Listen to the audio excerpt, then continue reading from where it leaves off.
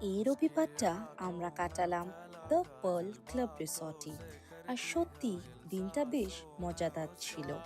আমাদের ফ্যামিলি ফ্রেন্ডের আমন্ত্রণে এখানে এসেছিলাম, যারা এখানকার ফ্ল্যাটে থাকেন। আর পুরো দিনটা ছিল শুধু আনন্দে আর কিছু স্পেশাল মুহূর্তে ভরা। দিনটা শুরু করলাম কিছু ইনডোর গেমস দিয়ে। চেস, 8 বল পুল, টেবিল টেনিস আর সকার খেললাম। অনেক মজা হলো আর হাসাহাসি লেগেই থাকলো। পর আমরা পুল সাইডে বসে কিছু ঠান্ডা মকটেলস এনজয় করলাম।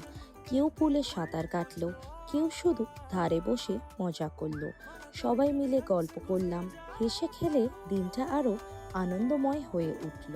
অবশেষে আমরা সবাই মিলে বাড়ির বানানো পোলাও, মাটন কষা, মাছ ভাজা, বেগুনি, চাটনি, পাঁপড় আর মিষ্টি দিয়ে লাঞ্চটা সেরে ফেললাম।